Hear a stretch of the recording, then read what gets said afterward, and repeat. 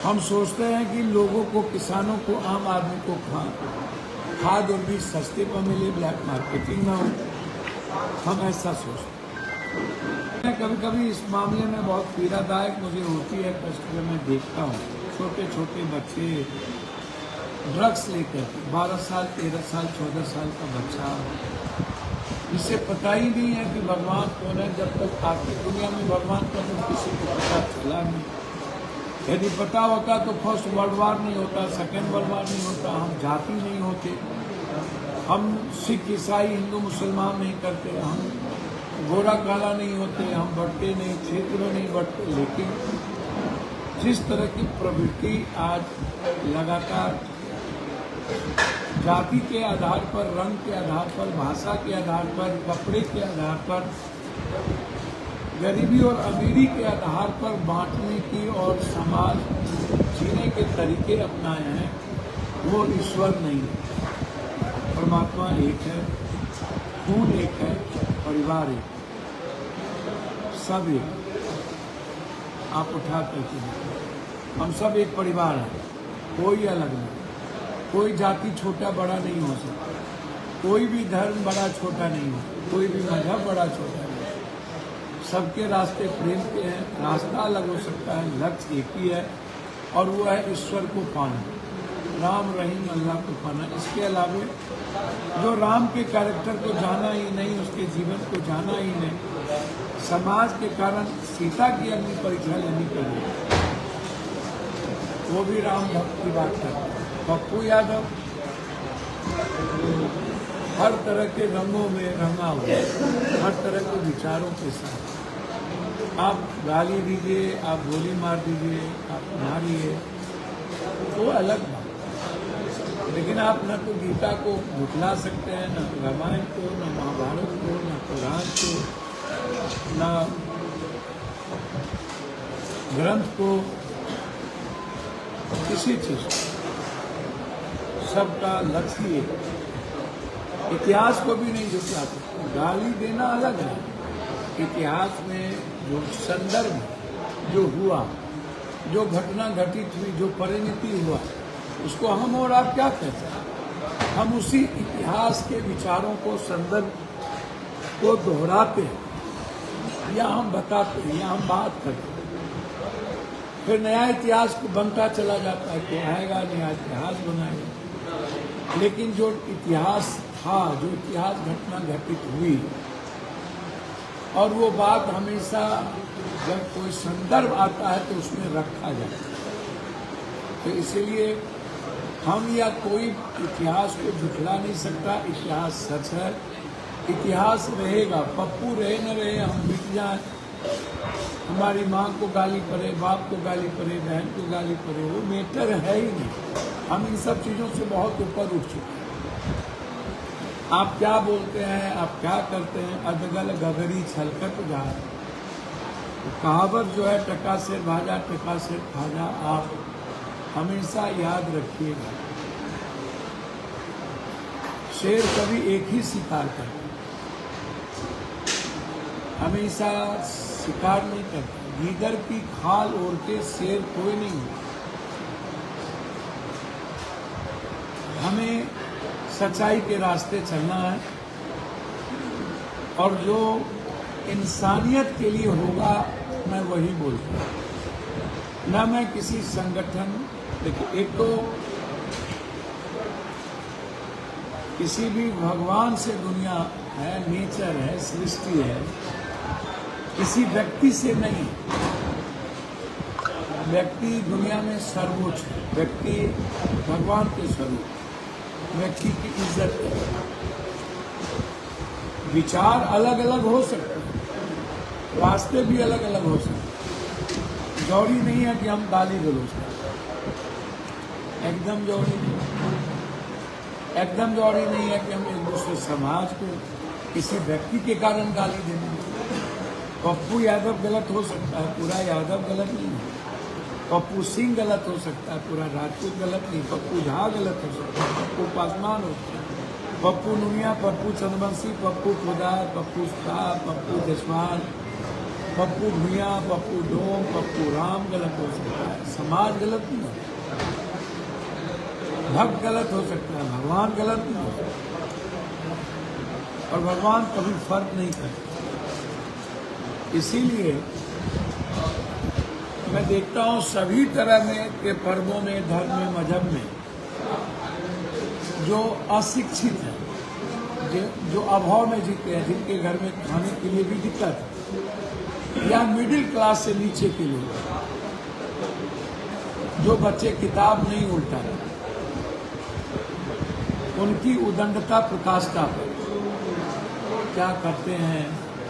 अच्छा, एक बात और जानिए, कोई संगठन या कोई दल भगवान नहीं। भगवान को किसी दल और संगठन के साथ मिश्रित मत करो। पप्पू यादव भी गलत होगा, पप्पू यादव का दल भी गलत होगा, इसका ये मतलब नहीं कि हम उसको भगवान के साथ कर सकते। यदि हम किसी संगठन या किसी दल के विचारों की आलोचना करते हैं तो वो भगवान की आलोचना नहीं, या वो धर्म की आलोचना नहीं, या मजहब की आलोचना नहीं, वह किसी गलत तरीके का आलोचना। तो गलत तरीके की आलोचना तो होगी, हम करें कोई करें, दुनिया में होगी, करते ही लोग रहेंगे। लेकिन नफरत आधार हो ही नहीं सकता। दुनिया में कोई भी भगवान यदि कोई बता दीजिए, कोई किसी ने नफरत का आधार माना, वो आता है। इसीलिए जो बात लगातार उठती है, मेरे मन में यह तकलीफ है कि हम लोग अपने जीने के बारे में नहीं सोचते। गुलाब बाग में, फोक्सी बाग में आग लगता है तब हम नहीं सोचते हैं कि उसकी मदद क्यों नहीं करते। जब कोई घटना घटित होती है, कोई जीत मरते हैं, कोई मर्डर होती है, तब हम नहीं सोचते हैं कि उसकी मदद कैसे हो। पप्पू यादव क्या सोचता है, या कोई ऐसा व्यक्ति समाज को लेकर क्या सोचता है। हम सोचते हैं कि कोर्ट स्टेशन में जल्दी से वॉशिंग पिच बन जाए ताकि देश की सारी ट्रेनें कोर्ट स्टेशन से चलें। हम सोचते हैं कि लोगों को, किसानों को, आम आदमी को खाद और बीज सस्ते पर मिले, ब्लैक मार्केटिंग ना हो। हम ऐसा सोचते हैं। हम सोचते हैं कि जल्दी से सहरसा और वीरपुर भी, मधुबनी भी उड़ान में आ जाए ताकि छोटी प्लेन वहाँ से भी जाने लगे। और हमने किया, हमने वादा करके हम सोचते हैं कि मधेपुरा की फैक्ट्री में और भी बड़ी चीजें निर्माण हो, स्लीपर फैक्ट्री को। हमारी सोच है कि आम आदमी की इकोनॉमी कैसे बढ़े, गुलाब बाग अच्छा कैसे हो, और हम लोग मिल के काम करना चाहते हैं। हम जियो और सोशियो सेंटीमेंट के आधार पर कुछ भी नहीं करते। लेकिन जो मैं देखता हूँ लगातार पर्व के बारे में कि संकीर्णता, छोटे छोटे बच्चे, कल भी छोटे छोटे बच्चे ड्रग्स पी रहे थे मोटरसाइकिल पे, और जब जनप्रतिनिधि दारू पीने लगे, दारू पी करके सार्वजनिक जगहों पर शरीर में कोई भी जनप्रतिनिधि, पप्पू यादव के, जब हम लूटने लगे, जब जनता से आप पैसे लेने लगे, मैं तो कहना चाहता हूँ, मैं कई बार कहा, बिहार के लगभग एमएलए, एमपी नेताओं का ब्लड जांच हो जाए कि वो एक सप्ताह के अंदर कौन कौन दारू पिए, सामने आ जाए। जिसका आचरण और चरित्र सही नहीं, वो भी भगवान की बात करे। जो दूसरे इंसान को कष्ट देता हो, वो भी भगवान की बात करे। जो दूसरे जाति को छोटा समझता हो, वो भी भगवान की बात करे। जो गरीब की कभी इज्जत नहीं करता हो, उससे लूटता हो, वो भी भगवान की बात करे। जो आदमी को भगवान न समझे, वो भी भगवान की बात करे। अरे पहले पड़ोसी को तो भगवान समझ लो, पहले दियाद को तो भगवान समझ लो, पहले इंसान को तो भगवान समझ लो। जिसने भगवान को देखा नहीं वो भी भगवान। जिस तरीके से वो बात कर रहा है, जितने गंदे तरीके से वो गलत, विभत्स है पर मनाने के तरीके, विभत्स विभत्स। उत्सव हो, जीने में के आनंद ले, मुस्कुराए, खुशियां मनाए,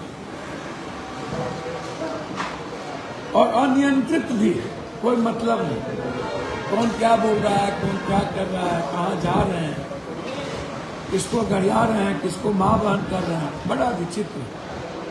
और सभी वर्ग और धर्म की एक ही, हम बड़ा तो हम बड़ा, और उसको भगवान में बड़ा होने का होड़ नहीं है।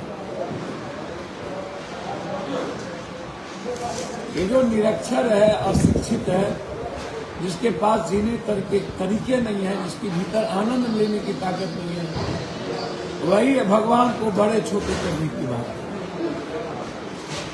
भगवान तो एक ही है, राम कृष्ण अल्लाह सब एक है, सबके रास्ते हैं। तो इसीलिए मेरा आग्रह है आप सबसे, हाथ जोड़ के प्रार्थना करें,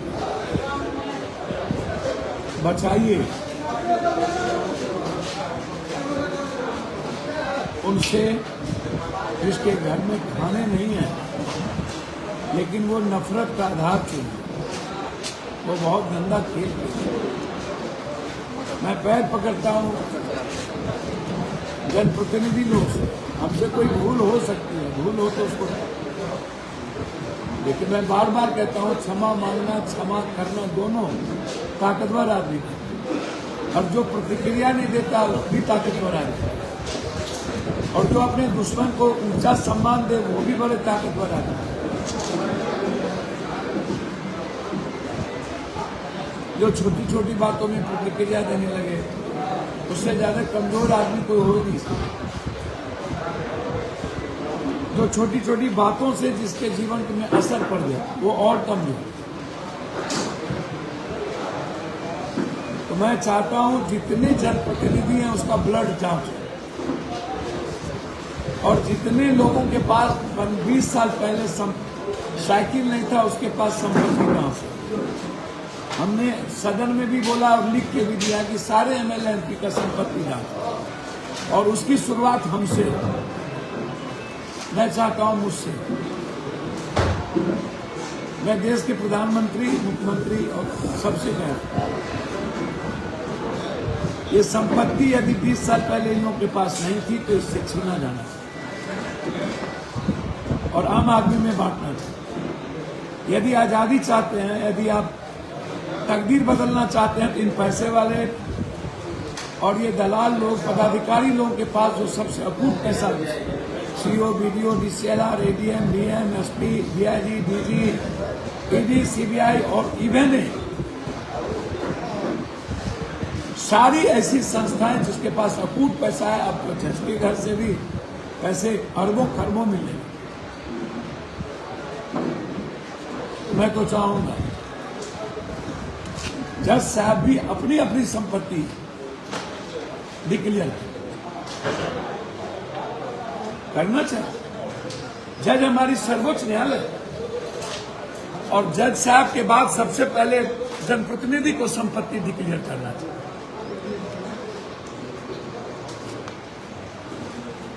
बस मैं इतना ही कहूंगा कि नफरत का आधार मत बनाइए, इंसान को भगवान समझिए, तरीके मत बदलिए। मेरे सब अपने हैं, मैं सबको खूब मानता हूं। इस दुनिया में कोई अब कमजोर नहीं है, सब मजबूत है। मेरे संस्कार को कमजोरी मत समझिए।